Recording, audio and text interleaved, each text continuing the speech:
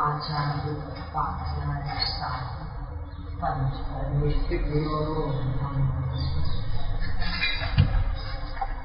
अपना जीवन सुख शांति में लगाने हेतु सुखमय जीवन की कला सीखने के लिए संपूर्ण जिनागम को संक्षेप में 5 बिंदुओं में वर्णित करके अंतिम 5वां बिंदु क्रमबद्ध पढ़ना है।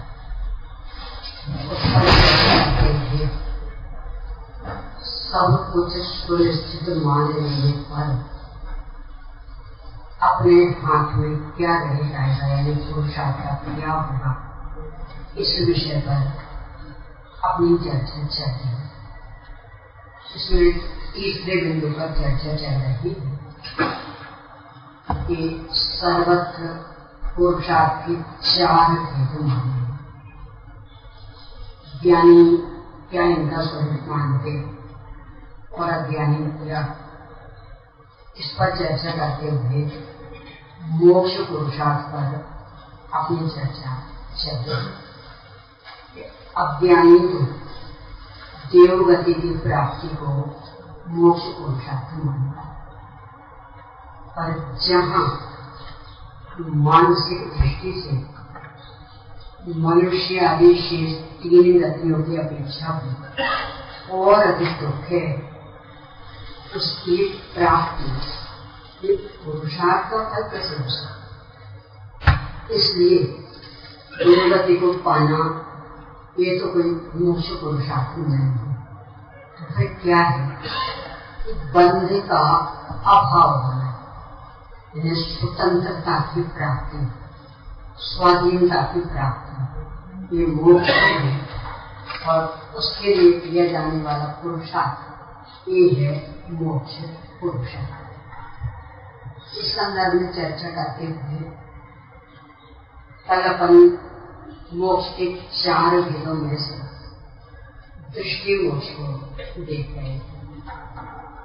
अनादि से ही जो विपरीत मान्यताएं चली आ रही है, स्वयं अनादि अनंत ज्ञानानंद स्वामी भगवान आत्मा होने पर इस रूप अपने को नहीं मानना, इन्हीं भी पर रूप पर्यानुरूप संयोगों में अपने को मानना, इस सब का नाम है मिथ्या।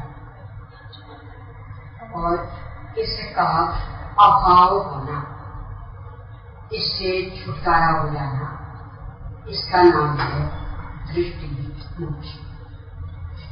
ये सबसे सरल और सबसे महत्वपूर्ण।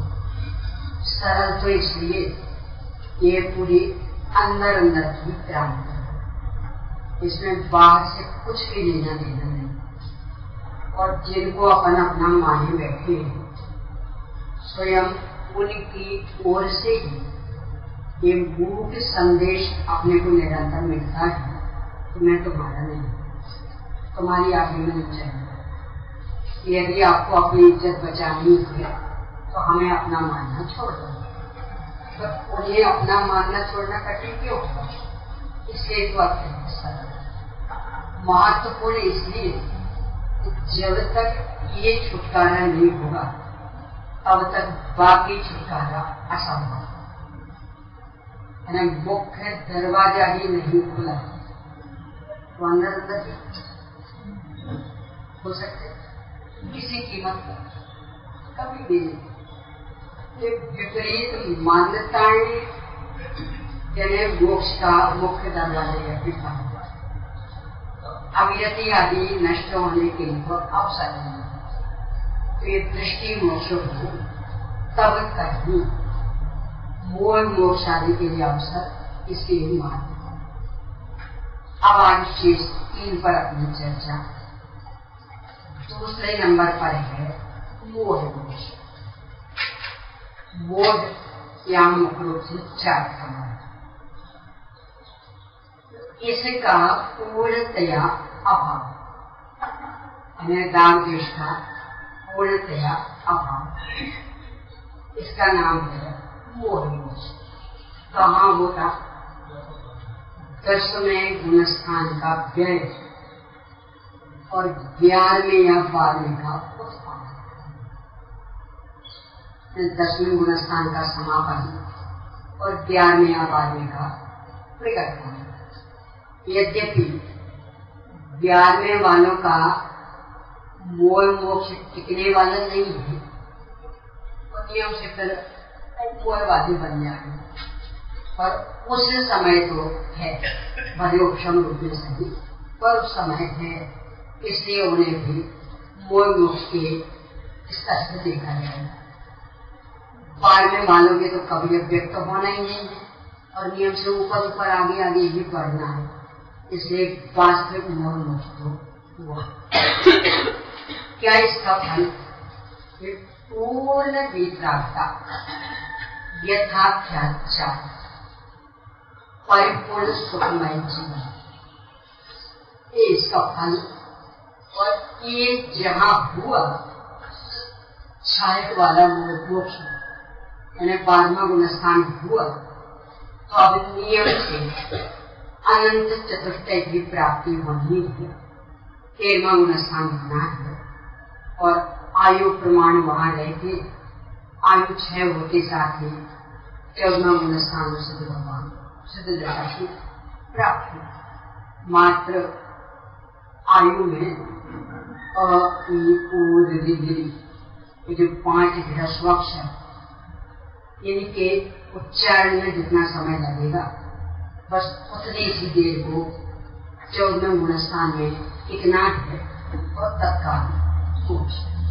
इस तरह से मोह मोक्ष से आगे के जो 2 मोक्ष, भाव मोक्ष और शुद्ध मोक्ष, ये नियम से होने वाले।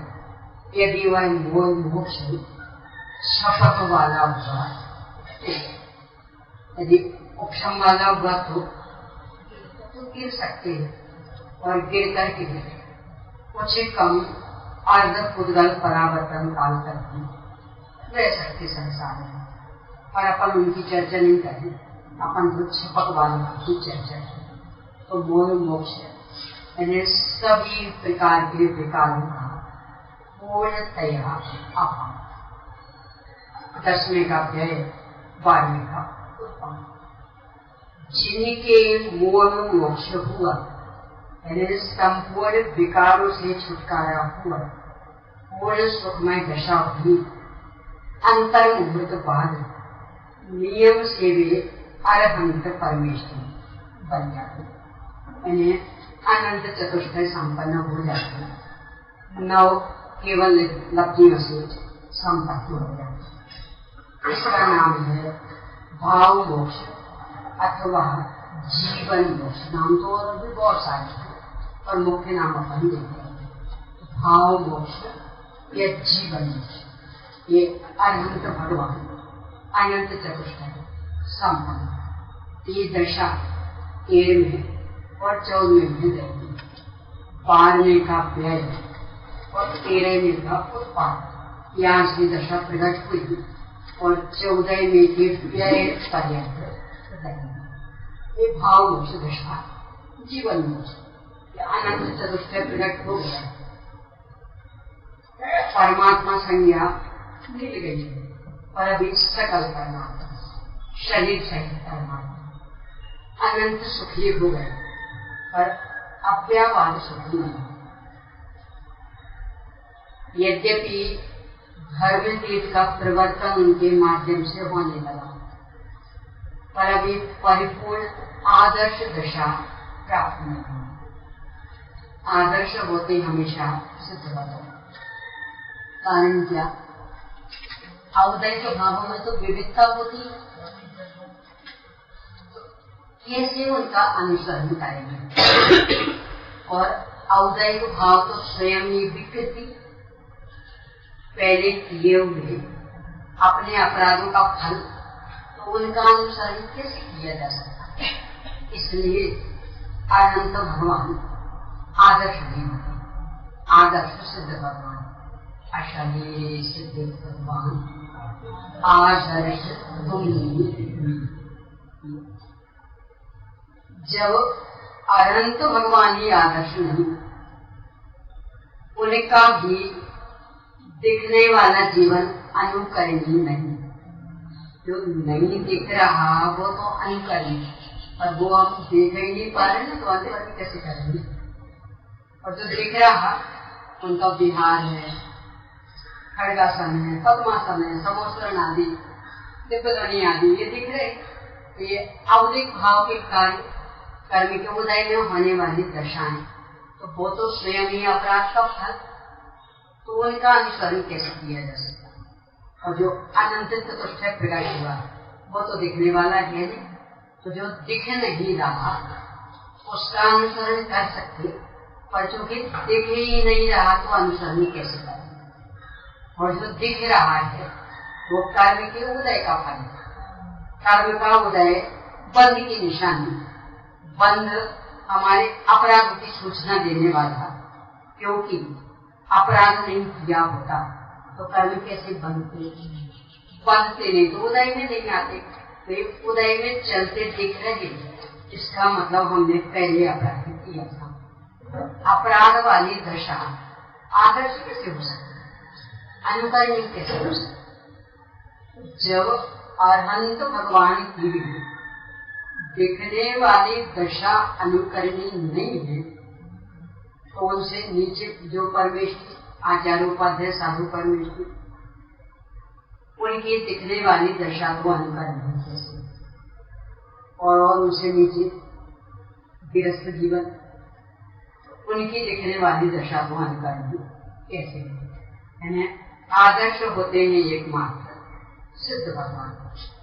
तो अभी पूर्ण आदर्श दशा प्रकट नहीं हुई, परंतु इतना विकास तो हो गया कि धर्म कीट का परिवर्तन होने लगा उनके माध्यम से, अनंत चतुष्टय प्रकट हो गया।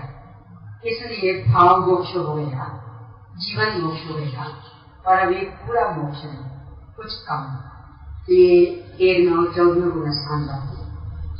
इसके बाद द्रव्य मोक्ष, यानी साक्षात मोक्ष, वास्तविक मोक्ष, ये सिद्ध भगवान 14वें गुण स्थान का व्यय और सिद्ध दशा का उत्पाद यहाँ से शुरू हो गया।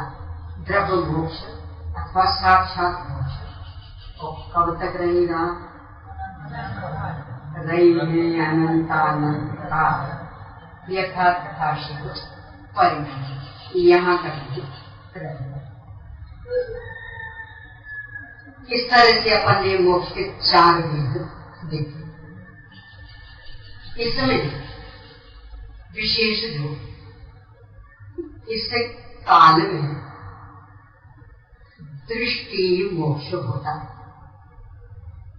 मोह मोक्ष पूरा नहीं होता है। पूरा वो 10वें गुण स्थान के व्यय वाला, बाकी थोड़ा हो जाता 7वें गुण स्थान तक हो जाता है फिर पंचम काल में, और वो भी भाई लोग, अपन लोग बहनों को तो 5वें गुण स्थान तक, इससे आगे बढ़ने का पूछा नहीं, पर दृष्टि मोक्ष तो हो जाता। तो जो हो जाता वो तो करे ना, और वो मोक्ष भी जितना हो जाता उतना तो करे ना। ये बहाना लेके कि सब अभी मोक्ष तो होता नहीं है, तो फिर आराम से हमारी घर गृहस्थी कौन सी बुरी, बढ़िया बच्चे पर ना मोक्ष तो होना नहीं। देखो एक बच्चा हो गांव का, उसके गांव में मैट्रिक तक कॉलेज में ग्रेजुएशन के लिए सुविधा, तो उसने मिडिल पास करके पढ़ाई बंद कर। आपा ने पूछा क्या बात है बेटा, पढ़ाई क्यों बंद कर? हमारे यहाँ ग्रेजुएशन के लिए व्यवस्था है ही नहीं, और हमारे माता पिता की इतनी ताकत नहीं कि वे बाहर दे सके। कहां तक आपके तो मिडिल से बंद क्यों किया कि हमने सोचा तो ग्रेजुएट तो हो ही नहीं पाना है, तो उसका एक तर्क उचित है। यानी मैट्रिक तक सुविधा है तो वहां तक तो बढ़ जाना चाहिए था ना, उतना तो पढ़ लेना चाहिए था ना, फिर ही आगे नहीं पढ़ता तो इसमें सरकार की गलती थी। क्यों वहां कॉलेज नहीं खोला? पर जहां तक व्यवस्था दी है सरकार ने वहां तक भी नहीं पढ़े, और तर्क ये देवे कि चूंकि इसलिए आगे तो हम नहीं पढ़ सकते ना, इसलिए हमने ये भी नहीं पढ़ा। वो सुनने लायक तर्क है, अपने भी तर्क बस ऐसे चल रहा कि सब आत्ममुखी पुरुषार्थ क्यों नहीं करते? जैसे आपको पता नहीं चौथा काल पंचम काल चल रहा है ना, पंचम काल में तो मोक्ष होता नहीं, तो क्या फायदा पुरुषार्थ करने से? जो नहीं होता उसके पुरुषार्थ करने की तो बात ये देवशास्त्र गुरु कहते ही नहीं। जो होता उसके लिए कहे तो उतना तो करे ना। अब इसके बल पर कि क्योंकि वो वाला मोक्ष तो नहीं है ना अभी, और हमने सोचा जब वो है ही नहीं तो फिर बाकी का भी क्या मतलब? ये कोई बुद्धिमानी नहीं है। जितना होता उतना कर लेना। देखो लोक में नहीं होता, कितने स्थान ऐसे भी जहां अपने को जाना हो वहां तक का सीधा कोई यातायात का साधन नहीं, बीच बीच में गाड़ियों बदलनी पड़ती, फिर तो अपन नहीं जाते होंगे ना। ऐसा हमें तो बिल्कुल सीधी गाड़ी मिलेगी तो जाएंगे, क्या फर्क पड़ना, सीधी ना जाती सही, बदल बदल के तो पहुंच सकते ना। तो यहाँ से जहां तक जाते उसमें बैठ जाओ, फिर वहां उतर जाना, फिर वहां से और आगे की पकड़ लेना, उससे आगे और आगे की पकड़ लेना, और ऐसे करके अपने गंतव्य पर पहुंच जाओ। इसके बल पर चलना ही नहीं ये बुद्धिमानी। ऐसे ही यहाँ अभी जहां तक पहुंच सकते हैं वहां तक तो पुरुषार्थ करें ना। अपन लोग 5वां गुरु स्थान पा सकते, भाई लोग 7वां गुरु स्थान भी पा सकते, तो उतना तो पुरुषार्थ करें। शुरू में जब ये प्रकरण शुरू हुआ था मोक्ष वाला, तब चर्चा की थी कि वास्तव में हमें चाहिए कहाँ है मोक्ष? छुटकारा लगता कहाँ है? अच्छा, बल्कि कदाचित पाप के उदय में भी थोड़ा सा छुटकारा हो जाए ना, ये होता है, खुशी नहीं होती। चलो अच्छा रहा, इतनी तो झंझट कम हो। चोरी हो जाए ना, वो भी इतनी बड़ी नहीं हुई कि अब आज से भोजन की समस्या बन जाएगी, इतनी नहीं। जो बिल्कुल बेकार पड़ा रहता था ना, वो चला गया है। बाकी सब मानव तो सब सुरक्षित, यानी करोड़पति तो अभी भी है, बाकी जो पड़ा रहता ना बेकार अरबपति वाला, वो चला गया। उसका लाभ ही क्या था?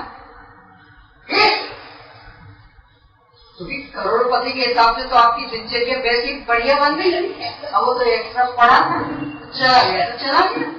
बोलो कितना खेत होगा, शायद हार्ट फेल भी हो जाए,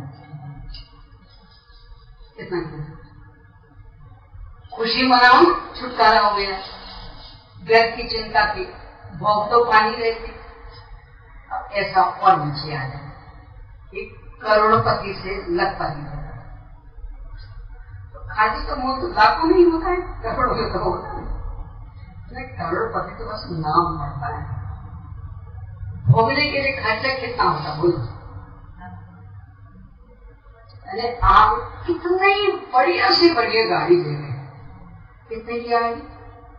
तो करोड़ की कीमत वाली गाड़ी देख रही, मेरे ख्याल से इम्पोर्टेड गाड़ी 55 लाख की होती, करोड़ की कितने का? चलो तब तो हमारा उदाहरण यदि यदि निकल आई है तब तो गलत हो गया, क्योंकि आप कहोगे कि वो तो भोग सकते थे ना। चलो कोई बात नहीं, अपन करोड़ों अरब के बीच में ही लाभ तो नहीं अरब तो नहीं भोग पाओगे ना, क्योंकि अरब की तो कोई गाड़ी नहीं निकली ना। कदाचित करोड़ की निकली हो तो 1, 1.5, 2 करोड़ तक की, कितने करोड़ की 4 या 5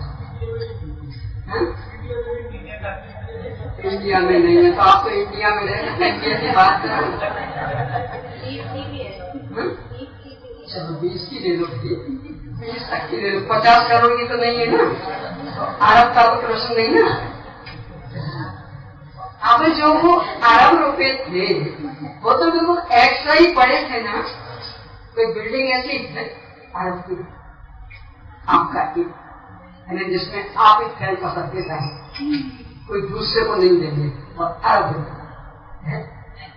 भोजन पानी को अच्छी बढ़िया बढ़िया खीरा, उसकी सब्जी, उसकी दाल। अभी तो अरब का भोजन कर पाएंगे, गेहूं दाल चावल खाएंगे, तब तो अरब का भोजन करना संभव नहीं। कितने का कर पाओगे? गेहूं दाल चावल खाओगे तो कितने लगेंगे? उसके तो लाख भी नहीं लगे, 1000 में काम हो जाए। यदि हीरे वगैरह खाएं और अच्छे बढ़िया बढ़िया वो कोहिनूर हीरा जैसे उसकी सब्जी, तो कदाचित अरबों में जा सकता है, वो तो संभव नहीं। तो व्यर्थ का ये कहा ना, तो यदि लुट गया तो अपना क्या गया, क्योंकि वो तो भोगे ही पाए थे। तो एक जो चिंता रहती थी सुरक्षा की, सरकार का भी डर बना रहता, क्योंकि 1 नंबर से तो अरबपति को नहीं बन सकता। मेरी कही अपने आचार्य ने कहा, आचार्य गुरुभट्ट स्वामी ने आत्मानुशासन में लिखा, नदियां तो हमेशा गंदे पानी से भरती, समुद्र हमेशा गंदे पानी से भरता, प्यास पानी तो लोटों में मिले और अच्छा पानी बाल्टियों में, क्योंकि नदियों भर मिलने वाला नहीं है। तो वे देखते ऐसे ही शुद्ध ईमानदारी से कमाई तो मात्र इतनी होगी कि रोज की रोजी रोटी अच्छे से चल जाए, पेटियां तो गंदी कमाई से ही भरेंगी, तिजोरी तो हमेशा बेईमानी के माल से ही भरेंगी, और शुद्ध ईमानदारी वाले माल से भरने वाली नहीं। तो नियम से ही कैसा होगा गड़बड़, और जब गड़बड़ होता है तो धुपधुपी निरंतर चलती रहती, जब पकड़े जाएंगे वो तो बात की बात, जब पकड़े जाएंगे तब, कदाचित जीवन में भी ना पकड़े जाए तो पुण्य का उदय हो ना, तो खुले ही ना, सारी सरकार आंख बंद किए रहेगी अपनी ओर से। तो भी यदि वो अपना गड़बड़ माल है, एक सेकंड भी चैन से बैठ पाएंगे। अब यदि वो चोरी चला गया और जो भी वो गड़बड़ था, तो उसकी रिपोर्ट भी नहीं दिखा सकती, तो पहले बताना पड़ेगा ना कहां से आया, वो तो अपने पास की रिपोर्ट है ही नहीं, तो और बढ़िया है ना,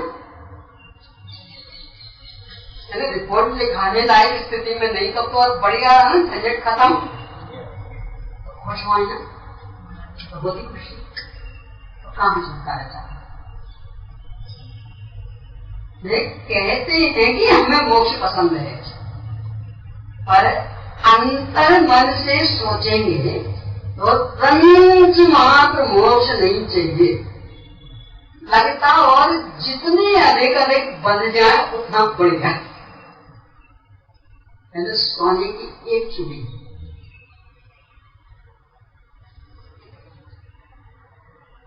अब 2 मिल गई, दूसरी बार मिल गई, तो हाथ तो बन गया ना, खूब गर्मी पड़े तो तपेगी ना, तो 1 की तपन और 2 की तपन, तो उसमें अंतर पड़ेगा कि नहीं पड़ेगा?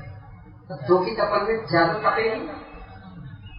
कभी कभी तो जैसे राजस्थान जैसी गर्मी हो तो तपी हुई चूड़ी से चलने चलेगा, बता दो ना, कितनी मुश्किल से तो मिल ही जाए, पूरी जिंदगी भर की कमाई पहले ही ना, तो वो लोग कहाँ छुटकारा अच्छा लगा।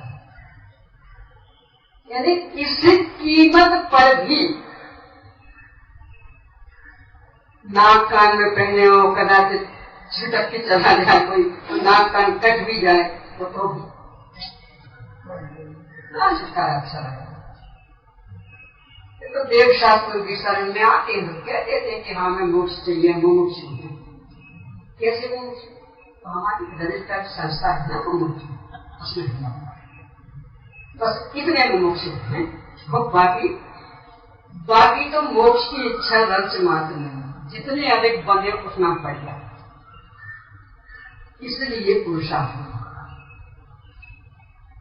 अंतस्तल से एक पराधीनता दुखद लगने लगे, आकुलतामय लगने लगे, तो फिर छोड़ने का पुरुषार्थ नहीं करिए, हो ही नहीं सकता।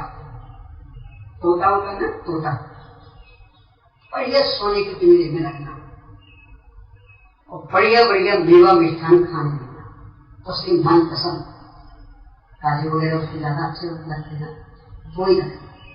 सोने का पिंजरा, उसमें भी वो तो यदि थोड़ी सी भी देर को दरवाजा खुला मिल गया, क्या होगा? उसे पता है कि बाहर कोई सोने का पिंजरा मिलने वाला नहीं है और एक मेवा मिष्ठान के खाने को मिलने वाले नहीं है, पेट भरना भी मुश्किल हो जाएगा। यानी भर ही जाएगा पेट नहीं कह सकते, और स्वतंत्रता, इस स्वतंत्रता के बल पर उस पिंजरे को छोड़ देगा। कबूतर और तोते में अंतर क्या होता पता? तोते को पिंजरा खुला मिल जाए, कितनी सुविधाएं देना, और कबूतर को कभी पिंजरों में रखने नहीं पड़ता, तो बिना पिंजरे के आराम से घर में रही आते, और भगाए भगाए भी भागने वाले भी। यानी आप डराओगे, धमकाओगे, थोड़ी देर को भाग जाएगा फिर बराबर। इसलिए उसको पिंजरे की आवश्यकता ही नहीं, सोने के पिंजरे की तो बात ही है, और इसीलिए उसको मेवा मिष्ठान देने की भी आवश्यकता नहीं पड़ती। कुछ भी नहीं हो तो भी गुस्सा करेगा, और वो दे दो तब तो कह नहीं क्या, दाना चुगली डालो तब तो फिर कह नहीं क्या, पर नहीं है वो डालो तो भी गुस्सा रहेगा। क्यों? उसे स्वतंत्रता प्रिय है, और तोता को स्वतंत्रता प्रिय। अपन अपना निरीक्षण करने की दो में से अपन इसके जीवन तोते जैसे, कबूतर जैसे, अरे कदाचित निकल भी जाए ना घर से फिर खुश है। तो बेटे वो भी कहने लगे कि जाओ ना, बुढ़ापा आ गया, थोड़ा धर्म ध्यान करो, देवलानी जाके रहो, चैतन नाम जाके रहो, सोनगढ़ जाके रहो। कदाचित 15-20 दिन को, महीने 2 महीने को निकल जाएंगे, फिर इसके बाद रहेंगे तो घर में, मरेंगे तो घर में। सोचा जाके, यानी कहते तो है कि स्वामी घर जैसी फंदा है, जंजाल है, तो जंजाल तो छोड़ दो ना, बेटे बाबू कह रहे हैं ऐसा ऐसा तक होता है, सबकी बात बेटों की नहीं, तो सब ऐसे, यानी कौवे तो जगह काले ही होते हैं, उसमें कोई फर्क नहीं पड़ना है। तो कितनी बार ऐसा भी प्रसंग बनता, और बेटे बाबू स्वयं कहते सब यहाँ ये जितना खर्च करते हैं हम उसे 10 गुना भेजेंगे, ये वन व्यवस्था देंगे, और कहें तो ना किसी क्षेत्र पर जाके करें ना अपना आत्मकल्याण। यानी यहाँ मान लो आप अकेले 10,000 रुपये महीने खर्च करें, बेटा कहिए हम आपको 1 लाख रुपये महीने देंगे, पर 18 बिरला दिया के रहो पास में, जब कभी उठ जाओ तो आ जाए, पर अभी चल जाओ।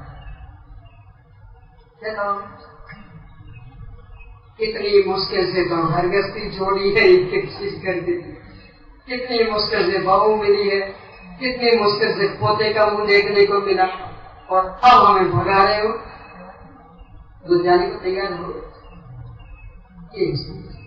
तो कहाँ लग रहा छूटना अच्छा अपने को, और अधिक फंसना अच्छा लग रहा है, इसलिए मोक्ष का पुरुषार्थ नहीं कर पाए। यदि अच्छा लगे तो दृष्टि मोक्ष की तो जो अपन ने चर्चा की थी एकदम सरल, तो क्यों नहीं करे? अनंत आंखों तक कैसे भोगता रहे, तो वही अच्छा लगता है जीवन, जैसे भोगता रहता। यहाँ कह रहे यदि अपन ने पूर्ण सुनिश्चित परिणमन व्यवस्था स्वीकार कर दी तो बंधन पसंद ही नहीं आएगा। जहाँ हमारा कुछ वश नहीं चल रहा, देखो ऐसा लेना जैसे वो किसी को आदत बन जाती है, तो ध्यान रहता कि माइंड खेलना चाहता, तो वो बोलेंगे तो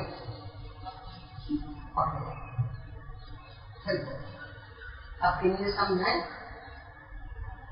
मान लो वो काफी देर से बोले तो हाथ तो नहीं लगा, वो हाथ थोड़ी बदला बदले, क्योंकि उनको भ्रम है कि ये हमने छोड़ा तो गिर जाएगा। अब किसी ने समझाया बिल्कुल गिरने वाला, वो इतना जनरल गिरेगा नहीं, इतना मजबूत स्टैंड है ना, नहीं गिरेगा। तर्क से युक्ति से दूसरा भी माइक रख करके कि देखो ये तो इसके भी सकरे स्टैंड वाला है ना, भी कहाँ गिरा। अब उसको मान लो पक्का विश्वास हो गया, अब वो पकड़ करके अपने हाथों को दुखाने का प्रयास करेगा, आराम से छोड़ दे। जब तक भ्रांति थी कि यदि हमने नहीं पकड़ा तो ये गिर जाएगा, तब तक तो इसमें दर्द होता तो इसको ले, इसमें दर्द होता तो इसमें करता रहता।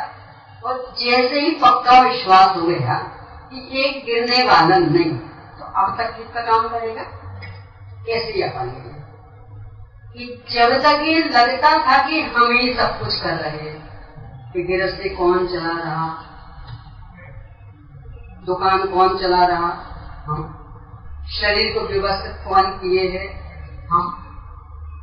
अब जब देव शास्त्र गुरु का सानिध्य पाया और उन्होंने वस्तु स्वरूप समझाया और अपन ने भी विचार किया और अनुमान भी लगाया और अपना अनुभव भी उसमें लगाया, यदि हम चला रहे तो हमारे चलाते चलाते बिगड़ते नहीं लगा,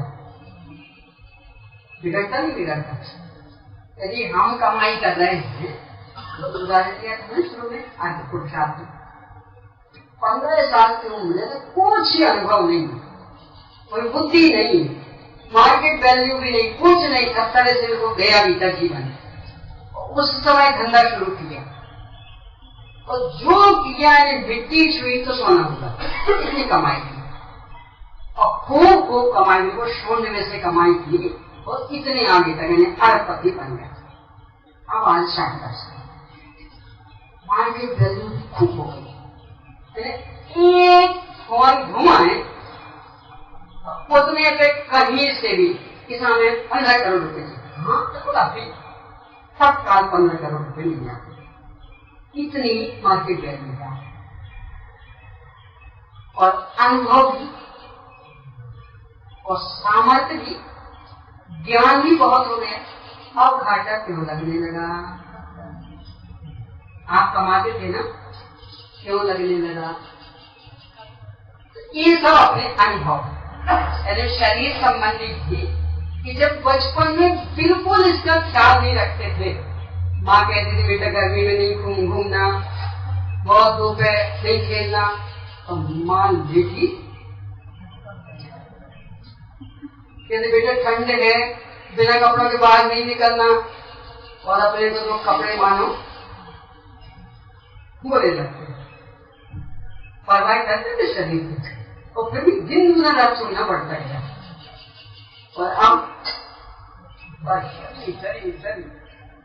और थोड़ी उम्र बढ़ेगी, 60, 65, 70 के करीब पहुंचेगी, तो बस ये कई काम, शरीर व्यवस्थित कैसे रहे, और कोई काम ही नहीं, और परिणाम क्या निकलता? तो ये अपने अनुभव स्पष्ट घोषित कर रहे ना कि मैं नहीं, मेरा नहीं, मेरा बस नहीं चलता। तो इसके बल पर भी निर्णय किया तो अब इससे फिर नाता तोड़ने का पुरुषार्थ दृढ़ता से होना चाहिए था ना। अब ऐसे पंचेंद्रिय विषय में लगा एक बच्चा कहे कि सब आप कहते हो, जिनवाणी माँ कहती है कि पंचेंद्रिय विषय भोगों का सुख नहीं, पर हमें तो बात जचती नहीं। कितना तो मजा आता खाने पीने में, तो कदाचित समझ में भी आता, अभी उसने भोगा नहीं ना। अब अपन लोगों जैसी उम्र वाले और इसके भी आगे की उम्र वाले, उन्हें तो खूब भोग लिया ना पंचेंद्रिय के विषयों को। कितना मजा मिला खाने में पीने में, यानी जितनी ये बीमारियां गिरी, इसका परिणाम आंखों पे चश्मा चढ़ गया, इसका परिणाम खूब होगा ना। कान में भी मशीन लग जाए, इसका परिणाम ठंडी गर्मी बर्दाश्त ना हो। जब बच्चे थे तो सब बर्दाश्त होता था, अरे इतनी गर्मी में भी आराम से पूरी दोपहरी अपने सर पर झेल लेते। कभी तुम नहीं लगती थी, अभी छोटे छोटे बच्चे खेलते रहते ना मस्त, कभी तुम नहीं लगती। और अपन निकल जाए तो सब तबियत खराब हो गई। क्यों? कल दोपहर को धूप में निकल गए ना। तो अब तो खूब भोग करके पक्का विश्वास हो गया ना कि पंचेंद्रिय विषय भोगों में दंच मात्र सुख नहीं। तो अब क्यों विरक्ति नहीं हो रही? यानी कर्तृत्व में भी खूब धक्के खा करके कि वास्तव में कुछ नहीं चलता हमारा वश, और भोक्तृत्व में भी खूब भोग करके, यानी आखिरकार इंद्रियों ने जवाब दे दिया। तो अब तो मन को भी जवाब दे देना चाहिए ना कि कुछ भोग में फायदा नहीं।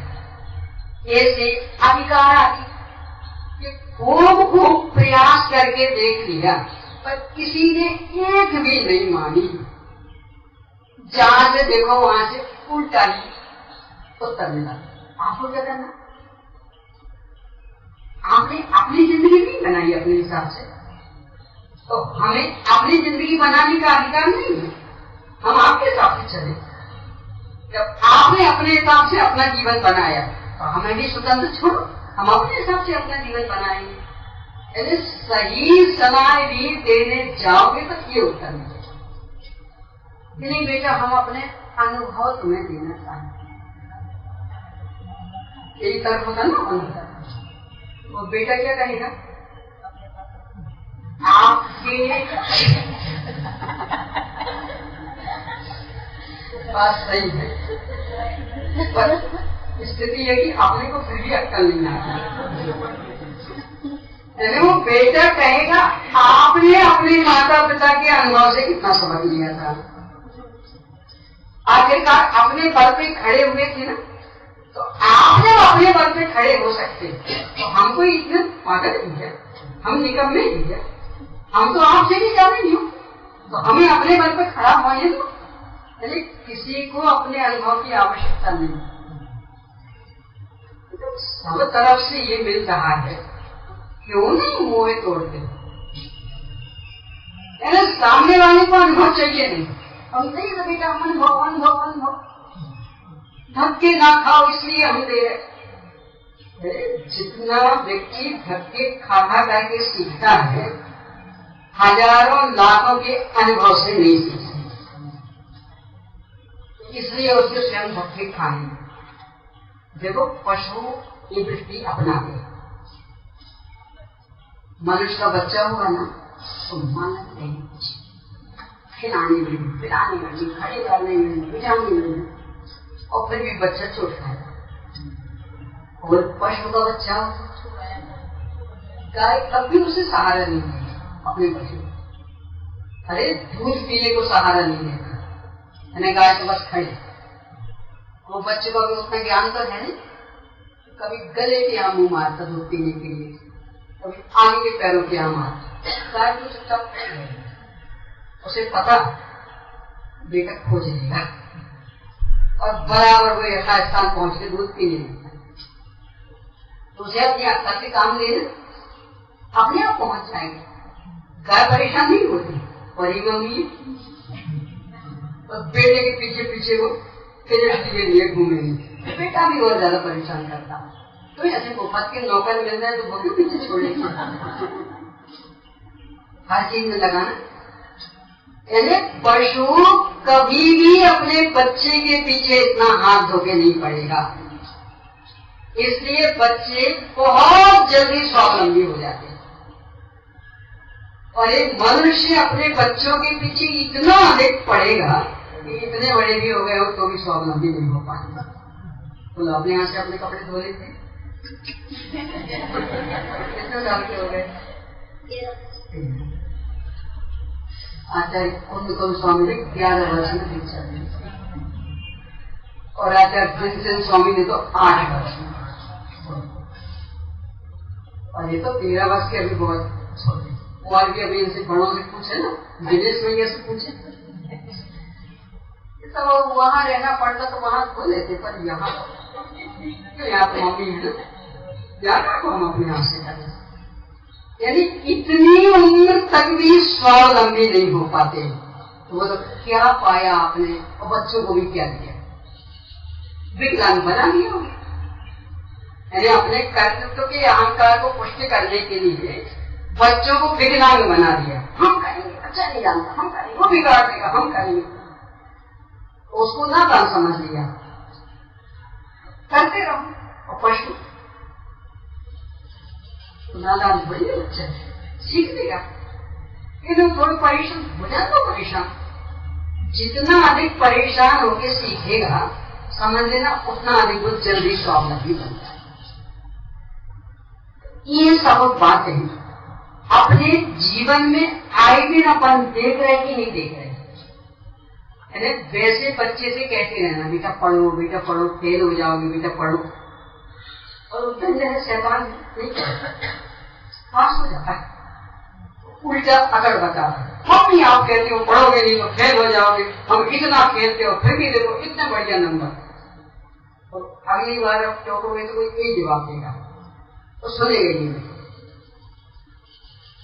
अब उपाय क्या? एक बार बिल्कुल कहना बंद कर, फेल हो जाए तो हो जाए, एक ही साल बर्बाद हो।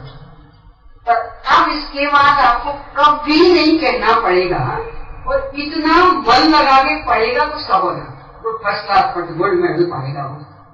क्यों?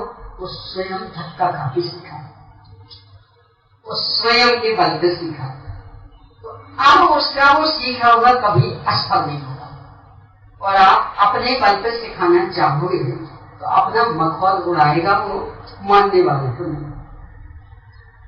ये सब आराम से अपनी जिंदगी में अनुभव कर करके पा लिया ना बने।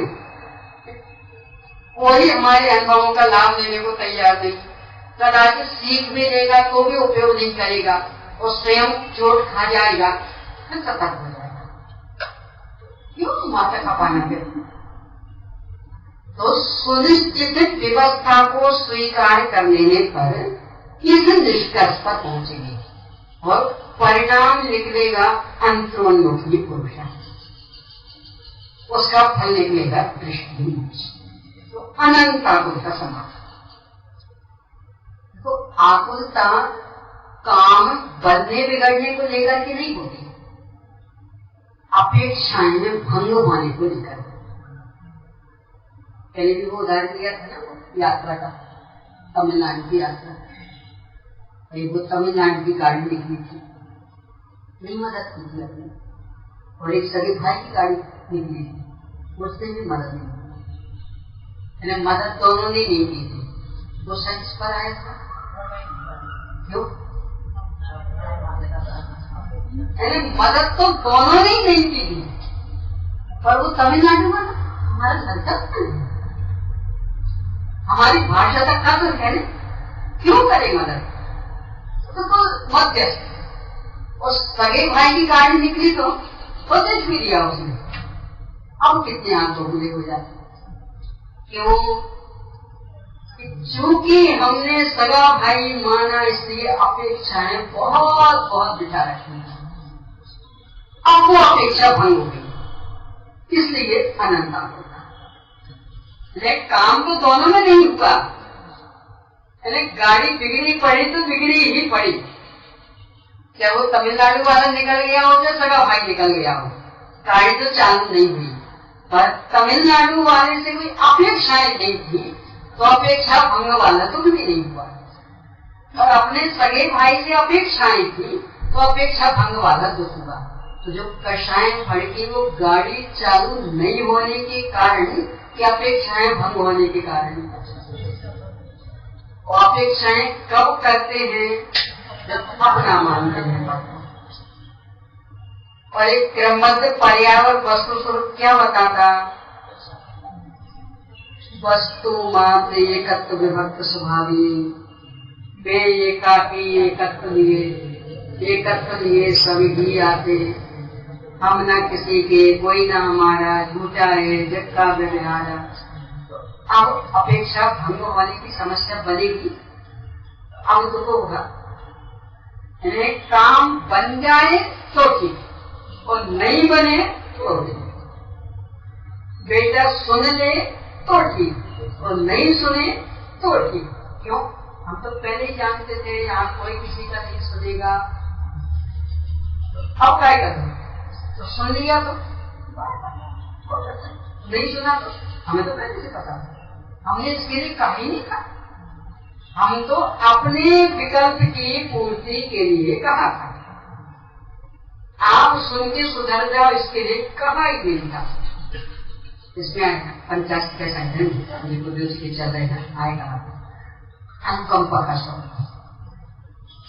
तो उसकी टीका में आचार्य अमृतचंद्र स्वामी ज्ञानी अज्ञानी दोनों की बात तो भी ऐसा देखते हैं कि अज्ञानी तो हर कीमत पर दूसरों की मदद करना चाहिए। अब वो इसके हाथ में तो है नहीं, तो अनंत होता और ज्ञानी तो तीव्र राग ज्वर नष्ट करने के लिए अनुकंपा करता है। अपद में राग न चला जाए इसके लिए अनुकंपा करता है। तो बस हमारी जितनी भावना हम तो सहयोग उतना करेंगे। आपको जितनी आवश्यकता उतना नहीं, उतना तो कर भी सकता है। यानी आप मान लो पशु पक्षियों को भी दाना पानी डालते हो, कितना डालते हो? जितनी उनको आवश्यकता उतनी, जितनी आपकी भावना उतनी। किसी मनुष्य को भी देते कितना, जितनी उसको आवश्यकता उतनी कि आपकी जितनी भावना। तो चूंकि हमने उसकी आवश्यकता पूर्ति के लिए दिया ही नहीं है, हम तो अपनी भावना पूर्ति के लिए दिया। यानी हमें जो राग उमड़ा, हमसे जो उसका दुख देखा नहीं गया, तो इसको लेके जो हमें पीड़ा हुई है, कष्ट हुआ, हम तो उसका निवारण करने के लिए दिया। तो जितना कष्ट था उतना दे दिया। अब सामने वाले की हो सकती आवश्यकता बहुत ज्यादा हो, तो उतने से कोई आवश्यकता पूरी तो नहीं हुई, पर चूंकि हमने उसके लिए नहीं दिया था, इसलिए हमें अब उससे कोई मतलब नहीं। बस हम तो अपने राग की पूर्ति कर दिए, चले बाकी तुम्हारा तुम जाओ, तो भला हो जाएगा तो ठीक। हमने चूंकि आपके लिए किए ही नहीं था, तो हम अपने माथे यश क्यों लेंगे? और नहीं हुआ तो भी ठीक, क्योंकि आपके लिए हमने किया ही नहीं था। तो ये देखने के लिए भी अवसर कहाँ कि आपने हमारा माना कि नहीं माना। एक सूक्ति आती, माना तो सावधान लाभ दिया और नहीं माने सावधान। खा कि नहीं, यानी हमने समझाया, देवशास्त्र गुरु समझा रहे और आपने स्वीकार कर लिया तो लाभ, नहीं स्वीकार किया तो खाक की नहीं सवाल की। तो देखो ऐसा होता, सफलता उत्साह बढ़ाती और असफलता हतोत्साहित करती। तो मान लो मैंने आपको समझाया, देखो मंदिर जी में जैन बन के आना चाहिए, पंजाबी बन के नहीं, मुसलमानी बन के उदाहरण मेरा कोई आखिर उदाहरण नहीं। अब मान लो आपने स्वीकार, अब क्या होगा? अब विक्टिम भगत समझाने का भाव है, क्यों उत्साह बढ़ गया ना। इनको बताएगा तो इन्हें मान लिया, इनको बताएंगे तो ये भी मान लेंगे, अब मान लो इन्हें भी मान लिया। अब क्या होगा? अब तो इनको भी पता और इन्हें भी मान लिया। अब तो रोज एक धंधा हो जाएगा, ये तो रह जाएगा ये को और हो जाएगा।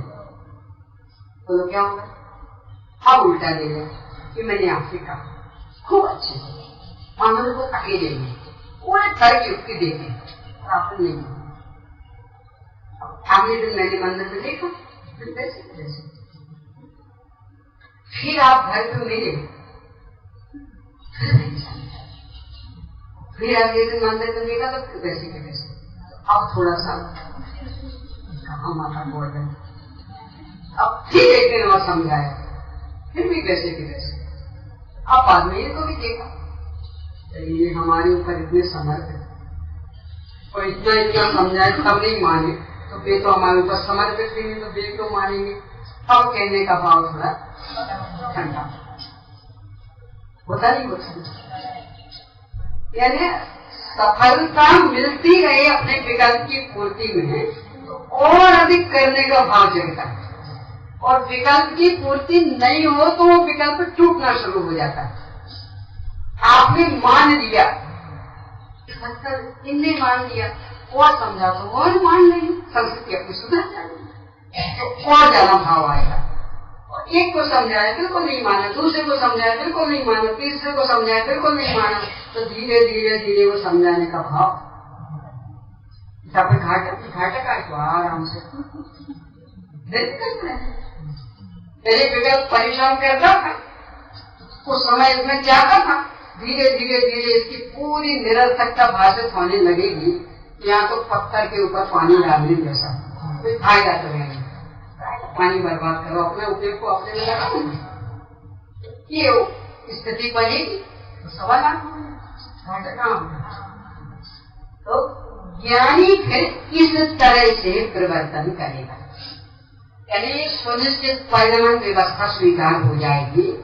तो लगेगा जब हमारा किसी पर कुछ चलना ही नहीं है तो हम जो भी कर रहे हैं वो किसी दूसरे के लिए कर ही नहीं रहे। ये तो जो अभी शेष कषाय हैं उसके कारण राग द्वेष हो आते हैं, तो उसके कारण ये सब क्रिया प्रतिक्रिया हो जाती है और उससे दूसरों का कोई लेना देना नहीं है। यानी वे सुधर जाएंगे इसका रंच मात्र नहीं संबंध है, वे बिगड़ जाएंगे इसका भी रंच मात्र संबंध नहीं। यदि सुधर जाएंगे तो कर्तृत्व का अहंकार कष्ट नहीं होगा, तो हमने उनके लिए किए क्या है, और बिगड़ गए तो दीनता इनता भी नहीं होगी, क्योंकि हमारा क्या है, उनका अपना पाप, उनकी अपनी भावना, तो दोनों ही सहज स्वीकार हो जाएंगे, तो अन्यता मिट जाएगी। अभी लगता है सब हमारे ही हाथ में, तो लगता नहीं हमने थोड़ी सी कसर रखी ना इसलिए ऐसा हो गया। यदि थोड़ी सी सावधानी और रख लेते तो शायद, और क्रमबद्ध पर्याय को स्वीकार कर लेंगे तो किसी के हाथ में कुछ नहीं है, कोई किसी की कठपुतली नहीं है, तो शायद वायद के लिए कहीं कोई अवसर ही नहीं होता। स्वयं जगत परिणाम करता क्या काम, ना कर्तृत्व के अहंकार के लिए अवसर रहेगा और ना दीनता के लिए अवसर रहेगा, और क्योंकि विकल्पों के अनुसार काम होना नहीं, तो प्रति समय विकल्पों की निरर्थकता भाषित होगी। जब निरर्थकता भाषित होगी तो धीरे धीरे धीरे धीरे भूमिका का परिपाक होने पर वो विकल्प भी टूटने लगेगी। क्या मतलब होने वाली क्यों बेकार परेशान है? तो बार बार आत्मोन्मुखी पुरुषार्थ बढ़ेगा, अंतरोन्मुखी वृत्ति होगी तो भूमिका बढ़ने लगेगी, भूमिका बढ़ेगी तो विकल्प भी धीरे धीरे समाप्त हो जाएंगे। ये लाभ इस प्रकरण को समझने से मिलेगा। तो ये अपन करें तो समझना कि मोक्ष की दिशा में हमने पुरुषार्थ शुरू किया।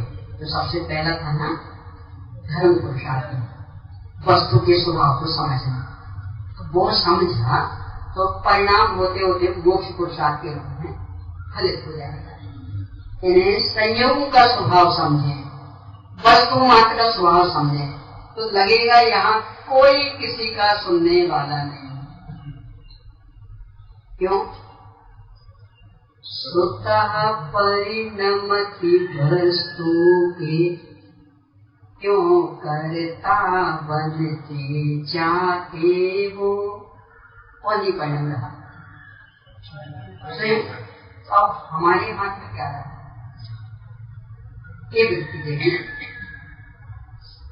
अभी तक क्या था? वस्तु स्वभाव समझ नहीं पाता, करता धरता बन जाता, स्वयं को भूल कर पर अपनाता, मिथ्या पथ का यह नाता। अनंता को तब भूलते थे, कहीं बस चलता था नहीं तो चलाने की भरपूर कोशिश करते थे, मर पच करके भी चलाना चाहते थे और वो तो सुनता नहीं था, तो अनंता को तब भूलते थे। अब वस्तु स्वभाव समझ में आया, करना धरना मिट जाता, स्वयं तो स्वयं और पर तो पर है, सम्यक पथ का यह नाता। क्या होगा फिर? रोके रुकता लाए आता, धक्के से जाता है कौन, अपनी अपनी सहज गुफा में समुद्र पर से है मौन। किसी को कोई लेना देना नहीं, सब अपनी अपनी धुन में मस्त। जब सब अपनी धुन में मस्त, हम अपनी धुन में मस्त रहें। लेकिन हमारी ओर कोई नहीं देख रहा तो हम क्यों दूसरों की ओर देखें? देखो मनोविज्ञान क्या कहता है। जो छोटे छोटे बच्चे होते ना, कालोक्षण क्या होता है तो उन्हें पता नहीं होता।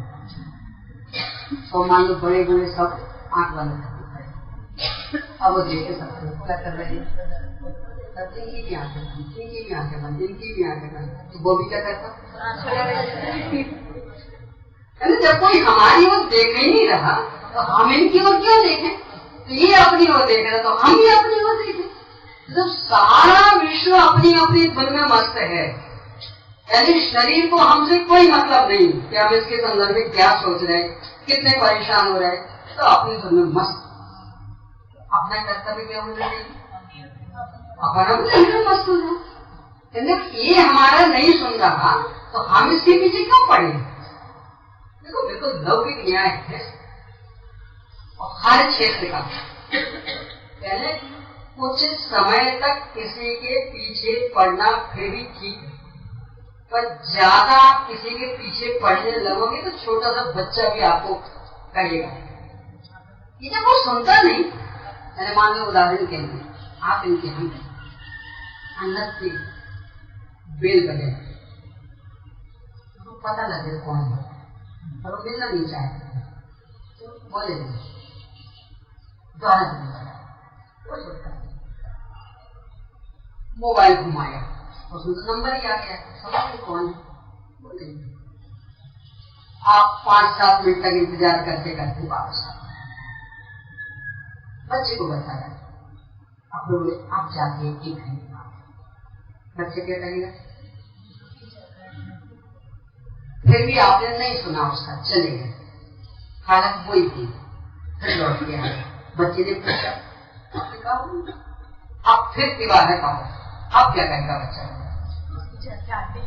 इतनी अक्ल तो बच्चा भी रखता है कि जब वो नहीं आपसे मिलना चाहते तो आप क्यों चक्कर काट रहे? कहेगा कि नहीं?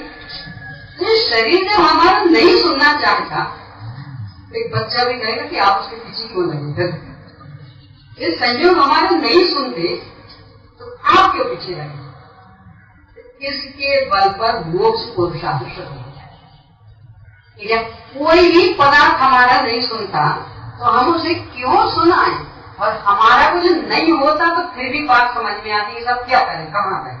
पर है ना हमारा अनंत वैभव संपन्न भगवान आत्मा, और जिस पर पूरा अपना अधिकार क्या? स्वयं ही अधिकार क्या होता है? जमाया, ऐसा थोड़ी, ये तो स्वयं ही अनादि अनंत।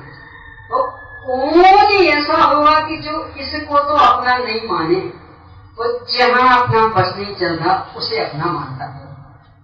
पागल होगा कोई। अपन समझ अपन कौन है। यदि थोड़ी सी भी बुद्धि रखते होंगे तब तो यही भाव आएगा कि जब सारा विश्व अपनी धुन में मस्त है तो हम भी अपनी धुन में मस्त है। तो उसे हमसे कोई मतलब नहीं तो हम भी किसी से मतलब नहीं। तो इसके बल पर मोक्ष पुरुषार्थ शुरू हो जाएगा। ये हुआ इसका तीसरा बिंदु। अब आगे चौथा बिंदु पुरुषार्थ सिद्धि उपाय के माध्यम से आप उसको मोद मोक्ष और भाव मोक्ष को स्पष्ट कीजिए।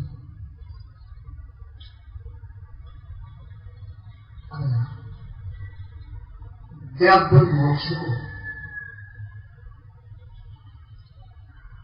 स्पष्ट करते हुए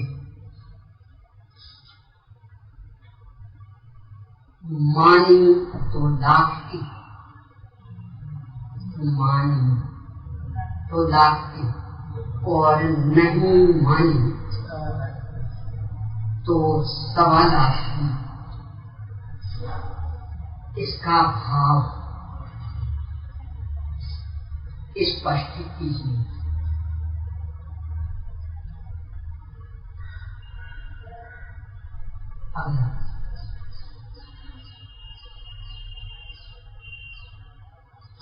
क्या वास्तव में हम मुक्त होना चाहते हैं?